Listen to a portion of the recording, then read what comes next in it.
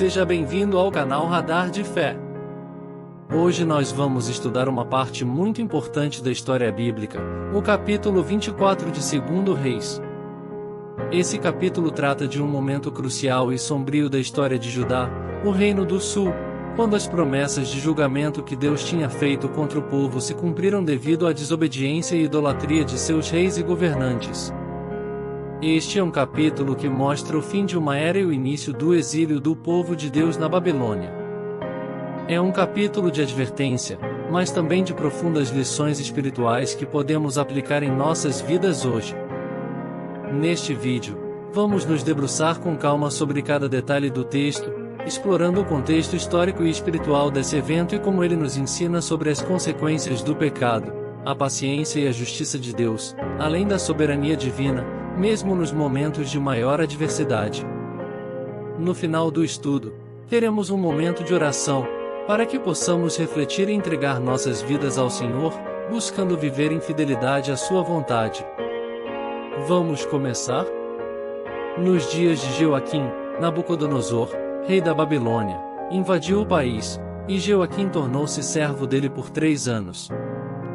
Depois, voltou-se e se rebelou contra ele.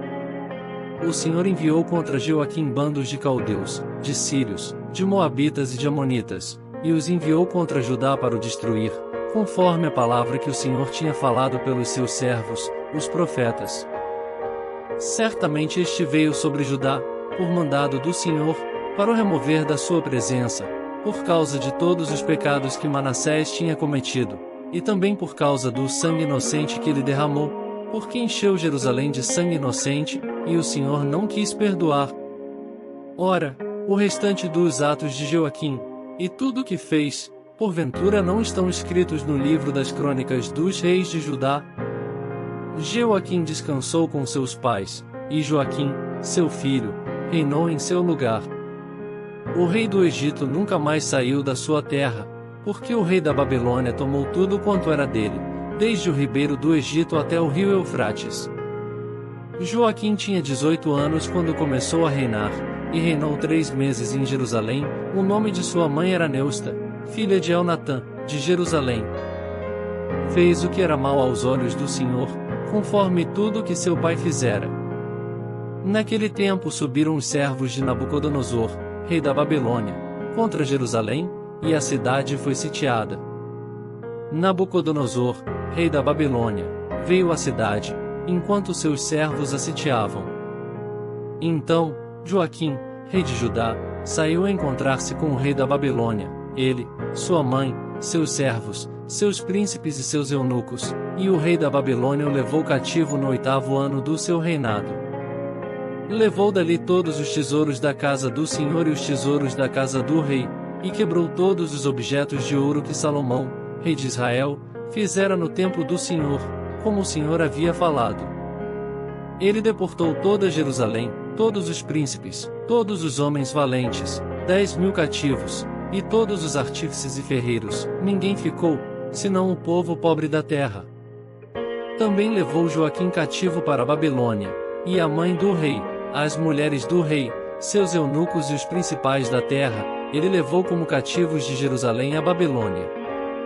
Todos os homens valentes, 7.000, e os artífices e ferreiros, 1.000, todos eles guerreiros, levados cativos pelo rei da Babilônia. O rei da Babilônia fez rei, em lugar de Joaquim, Matanias, tio dele, e lhe mudou o nome para Zedequias. O capítulo 24 de 2 Reis nos apresenta o início do fim do reino de Judá, uma nação que havia sido abençoada por Deus, mas que agora estava colhendo as consequências de anos de desobediência, idolatria e desprezo pelas ordens divinas. Aqui, vemos a história de 2 reis, Jeoaquim e Joaquim, e o cerco de Jerusalém pelas forças da Babilônia, lideradas pelo poderoso rei Nabucodonosor. Este é o começo de uma das maiores tragédias da história de Israel, o exílio babilônico. Jeoaquim, o primeiro rei mencionado, havia subido ao trono com o apoio do Egito, mas ele se viu obrigado a se submeter a Nabucodonosor, o rei da Babilônia, após uma série de derrotas militares. Ele se tornou servo de Nabucodonosor por 3 anos, mas em um ato de rebeldia, decidiu se rebelar. Essa decisão trouxe consequências devastadoras, pois o Senhor permitiu que bandos de inimigos, caldeus, sírios, moabitas e amonitas, invadissem Judá, como cumprimento da profecia anunciada pelos servos do Senhor. Isso aconteceu por causa dos muitos pecados cometidos durante o reinado de Manassés, o avô de Joaquim, que tinha enchido Jerusalém de sangue inocente e liderado o povo em terrível idolatria. Deus havia declarado que não perdoaria Judá por esses pecados. O reinado de Joaquim foi caracterizado por más decisões e uma contínua rejeição a Deus. Ele morreu em meio a essa turbulência, e seu filho Joaquim subiu ao trono. No entanto, Joaquim reinou por apenas 3 meses antes de Jerusalém ser sitiada por Nabucodonosor. O jovem rei e sua corte foram levados cativos para a Babilônia, juntamente com a elite de Judá, em príncipes, guerreiros, artífices e ferreiros.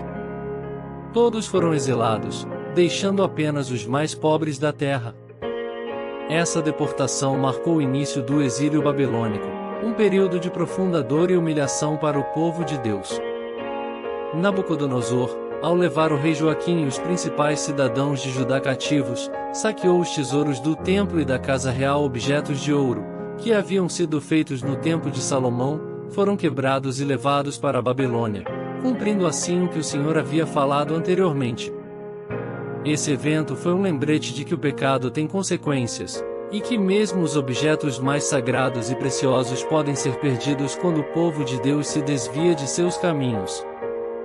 Um dos aspectos mais significativos desse capítulo é a mudança de nome de Matanias, que foi nomeado rei por Nabucodonosor em lugar de Joaquim. Matanias teve seu nome mudado para Zedequias, um ato simbólico de que ele estava sob o domínio da Babilônia. A mudança de nome é um lembrete de que, quando estamos fora da vontade de Deus, acabamos perdendo nossa identidade e liberdade. Zedequias, o novo rei, seria o último governante de Judá antes da queda definitiva de Jerusalém. Este capítulo nos ensina a importância da fidelidade a Deus e da obediência à sua palavra.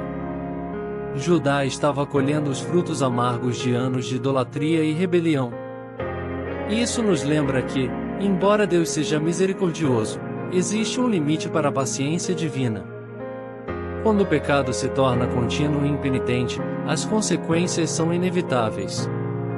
Agora, como podemos aplicar as lições deste capítulo em nossas vidas hoje? A soberania de Deus. O capítulo 24 de 2 Reis nos lembra que Deus é soberano sobre todas as nações e reis da terra. Nabucodonosor, embora fosse um rei pagão, estava cumprindo os propósitos divinos. Isso nos mostra que Deus está no controle, mesmo quando as circunstâncias parecem indicar o contrário.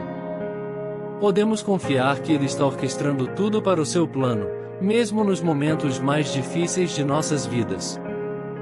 As consequências do pecado. Vemos claramente que o pecado de Manassés e a contínua desobediência de Joaquim trouxeram o julgamento de Deus sobre Judá. Devemos entender que nossas escolhas têm consequências. Quando vivemos em rebelião contra Deus, estamos semeando sementes que, mais cedo ou mais tarde, produzirão frutos amargos. No entanto, se nos arrependermos e buscarmos a Deus de coração, Ele está sempre pronto a nos perdoar e restaurar. A importância da liderança espiritual. Os reis de Judá eram responsáveis por conduzir o povo na adoração e obediência a Deus. No entanto, eles falharam repetidamente. Isso nos lembra que aqueles que têm responsabilidades de liderança espiritual, seja em nossas famílias, igrejas ou comunidades, devem ser fiéis a Deus e guiar os outros no caminho certo. Quando os líderes falham, o impacto é sentido por todo o povo. Esperança em meio ao julgamento, e mesmo em meio ao julgamento de Deus, sempre há um remanescente fiel. Embora muitos tenham sido levados ao exílio, Deus não abandonou completamente o seu povo. O exílio não foi o fim da história. Da mesma forma, podemos ter esperança, mesmo nos momentos de maior provação, de que Deus ainda está trabalhando e cumprindo seus propósitos em nossas vidas. Vamos agora ter um momento de oração, para que possamos refletir sobre as lições deste capítulo e entregar nossas vidas a Deus. Senhor Deus, Pai Celestial, nós te agradecemos por tua palavra, que nos ensina e nos guia. Ao olharmos para o capítulo 24 de 2 Reis, vemos o peso do pecado e as consequências da desobediência. Sabemos, Senhor, que somos falhos e muitas vezes nos desviamos de teus caminhos. Pedimos que nos perdoe, assim como perdoaste a muitos em Israel. Ajuda-nos a caminhar em fidelidade e obediência a ti, para que possamos viver vidas que te honrem. Pai, reconhecemos que tu és soberano sobre todas as coisas, e que mesmo nas tribulações, tu estás no controle. Dá-nos fé para confiar em ti, mesmo quando as circunstâncias parecem difíceis e confusas. Pedimos que nos ajudes a sermos fiéis a ti, a liderarmos nossas famílias e comunidades com integridade, e a sermos luzes neste mundo que precisa tanto de tua verdade. Abençoa-nos, Senhor, e que possamos aprender com os erros do passado, buscando te servir com todo o nosso coração. No nome de Jesus, oramos. Amém. Esse foi o nosso estudo de hoje. Espero que você tenha sido abençoado por essa palavra. Se você gostou deste conteúdo, não se esqueça de se inscrever no canal, deixar o seu like, e compartilhar este vídeo com seus amigos e familiares. Que Deus te abençoe poderosamente, e nos vemos no próximo vídeo.